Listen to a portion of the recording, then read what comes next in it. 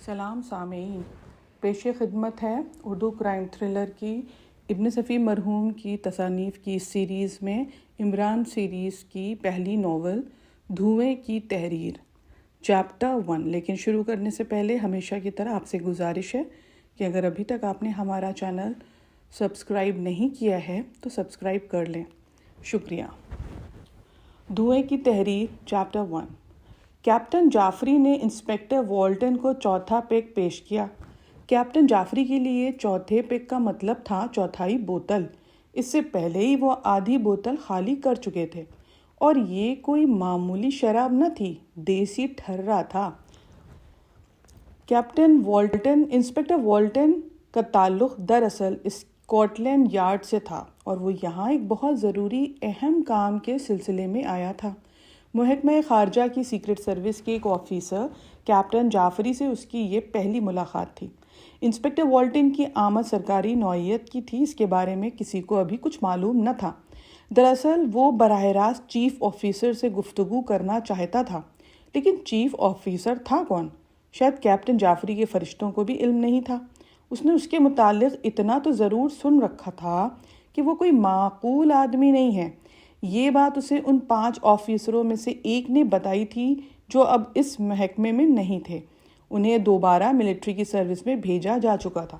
Captain Jafri کو اس کا علم بھی نہیں تھا کہ چیف آفیسر انسپکٹر والٹن سے ملنا بھی پسند کرے گا یا نہیں۔ اس بات کو تو وہ اچھی طرح جانتا تھا کہ چیف آفیسر اس سے ملنے پہ مجبور تو نہیں ہوگا، اور نہیں یہ ضروری ہے کہ والٹن کو اس کی مدد حاصل ہو ہی جائے۔ والٹن کا کہنا تھا کہ کام کی نوعیت سرکار ہی ہے، لیکن وہ نجی طور پہ سیکرٹ سروس کے چیف آفیسر سے مدد کا طالب ہے۔ یہ بات کیپٹن جعفری کی سمجھ سے باہر تھی، لیکن انسپکٹر والٹن نے اس کی وضاحت نہ کی تھی۔ کیپٹن جعفری بھی کم گھاگ نہ تھا۔ اسے معلوم تھا کہ والٹن ایک عادی قسم کا شرابی ہے، لہٰذا اس نے اسے ٹھرا پلانے کا پروگرام بنایا۔ اس نے بتایا کہ وہ دیسی بیئر کہلائی جاتی ہے اور بنا کچھ ملائے پی جاتی ہے۔ لہٰذا چوتھے پیک پر والٹن کو بار کی چھت میں ستارے نظر آنے لگے، اور اسے بے تحاشا اپنی وہ محبوبہ یاد آ گئی جس کی ماں نہ صرف بیوہ تھی بلکہ اس کی ایک ٹانگ میں زہربات کا شکار ہو کے ہمیشہ کے لیے ختم ہو گئی تھی۔ چونکہ محبوبہ کے ساتھ اس کی ماں کی کٹی ہوئی ٹانگ بھی یاد آ گئی تھی، والٹن نے اسے رو دینے کا سا منہ بنایا۔ کیوں ڈیئر، کیا بات ہے؟ کیپٹن جعفری نے پوچھا۔ بیچاری، والٹن ٹھنڈی سانس لے کر رہ گیا۔ کیپٹن جعفری چاروں طرف دیکھنے لگا، لیکن اسے کہیں بھی کوئی بیچاری نظر نہ آئی۔ سمجھ گیا کہ اب اس کی کھوپڑی آؤٹ ہو رہی ہے۔ اس نے کہا، ہاں ہاں بیچاری، آگے کہو۔ مگر والٹن کی کھوپڑی آؤٹ ہو کے صرف اپنی محبوبہ کی مفلوج ماں کے گرد ہی ناچنے لگی تھی۔ وہ اس کے متعلق بہت کچھ بک گیا، لیکن کیپٹن جعفری کی ایک بھی پلے نہ پڑی، اور پھر اسے اپنی حماقت پر غصہ آ گیا۔ سوچنے لگا اس نے خواہ خواہ یہ مصیبت مول لی، کیونکہ اب تو والٹن بری طرح بہکنے لگا تھا۔ بہرحال اب کھیل تو بگڑ ہی چکا تھا۔ جعفری نے سوچا کیوں نہ براہ راست اس کے متعلق گفتگو کی جائے۔ تم یہاں کیوں آئے ہو؟ اس نے پوچھا۔ اس بیچاری کے لیے۔ مجھے اپنے یہاں کے کسی فقیر سے ملواؤ، ایسا فقیر جو آسمان کی طرف رسا اچھال کے اس پہ چڑھتا چلا جائے۔ مجھے ایک فقیر آج ملا تھا، میں نے اسے 5 روپے کا نوٹ دیا تھا، لیکن وہ کٹی ہوئی ٹانگ واپس نہیں لا سکتا۔ اس نے کہا کہ میں جس فقیر کا اسسٹنٹ ہوں وہ بڑا سور آدمی ہے۔ اچھا بھائی اب خاموش ہو جاؤ، کیپٹن جعفری جھنجلا کر بولا۔ ورنہ کیا؟ والٹن آنکھیں نکال کر بولا۔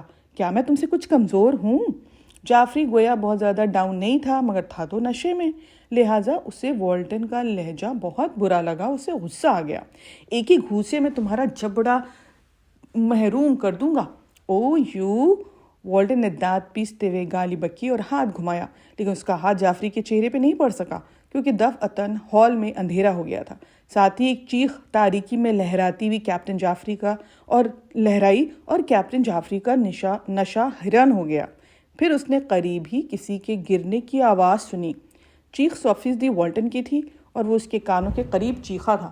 اندھیرے میں شور و غل کی آوازیں ایک دوسرے سے ٹکراتی، پھیلتی اور بڑھتی جا رہی تھیں۔ اچانک کسی نے چیخ کر کہا، پوری لائن آف ہے۔ پھر کوئی دوڑتا ہوا جعفری کی کرسی سے ٹکرایا اور وہ دونوں کرسی سمیت فرش پہ ڈھیر ہو گئے۔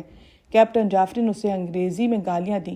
نشے کی حالت میں وہ کبھی اردو نہیں بولتا تھا، لیکن انتہائی غصے کے باوجود بھی اس نے ٹکرانے والے کو نگل جانے دیا۔ نشے میں بھی اسے اس بات کا خیال رہتا تھا کہ وہ کسی بھی آدمی پہ جو اس کے حساب سے کمتر ہے ہاتھ نہیں اٹھاتا تھا۔ اسے اس بات میں بڑا فخر تھا کہ وہ ایک اچھے خاندان کا آدمی ہے۔ اس وقت تو وہ اور زیادہ خوش تھا کیونکہ ابھی اس نے انگلینڈ کے ایک خاندانی آدمی کے ساتھ شراب پی تھی۔ انسپکٹر والٹن دراصل سر ہنری والٹن کا پوتا تھا، موجودہ سر گریس والٹن کا بھتیجا تھا۔ یکبیک ہال پھر روشن ہو گیا اور لوگ اجالے میں بھٹک آنے والی چمگادڑوں کی طرح چندیائی سے معلوم ہونے لگے تھے، لیکن جعفری کی آنکھوں کے سامنے تاریکی کا ایک گنجان سا دائرہ تیزی سے گردش کرنے لگا، کیونکہ والٹن کو اس نے جس حال میں دیکھا وہ اس کے خواب و خیال میں بھی آنے کی چیز نہیں تھی۔ وہ فرش پہ اوندھا پڑا تھا اور اس کی پشت میں دونوں شانوں کے درمیان ایک خنجر دستے تک پیوست تھا۔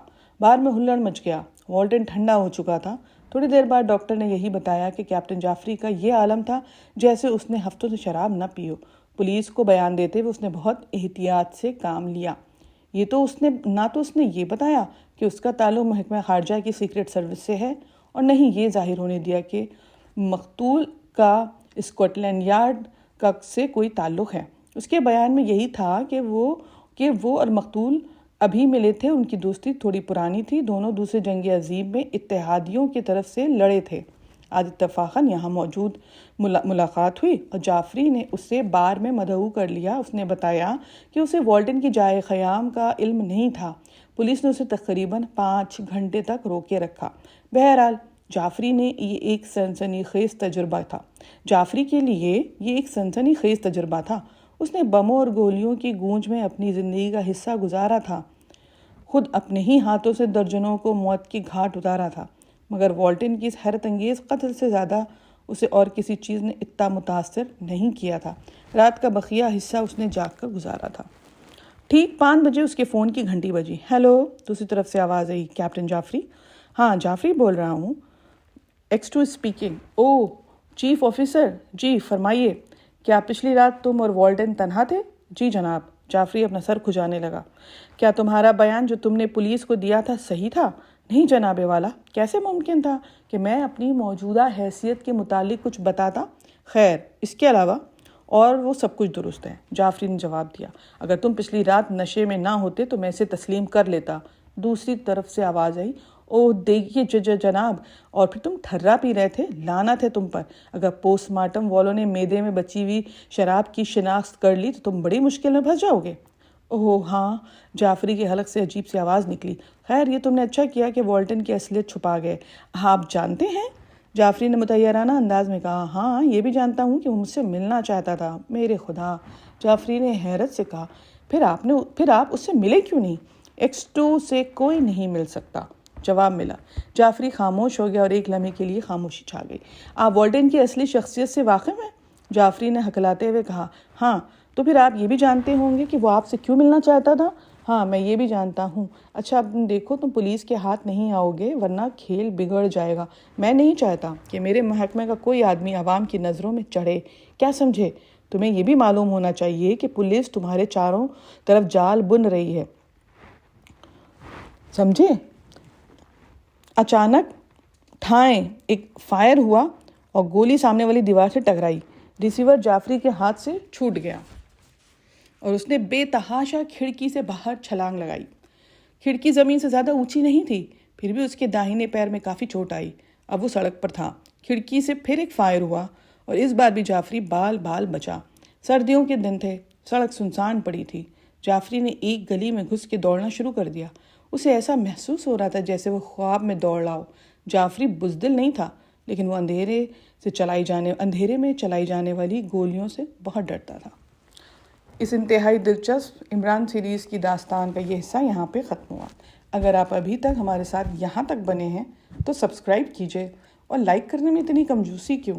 اپنا فیڈ بیک اپنے کامنٹ سیکشن میں کامنٹس کے ذریعے مجھے ضرور دیجئے۔ شکریہ۔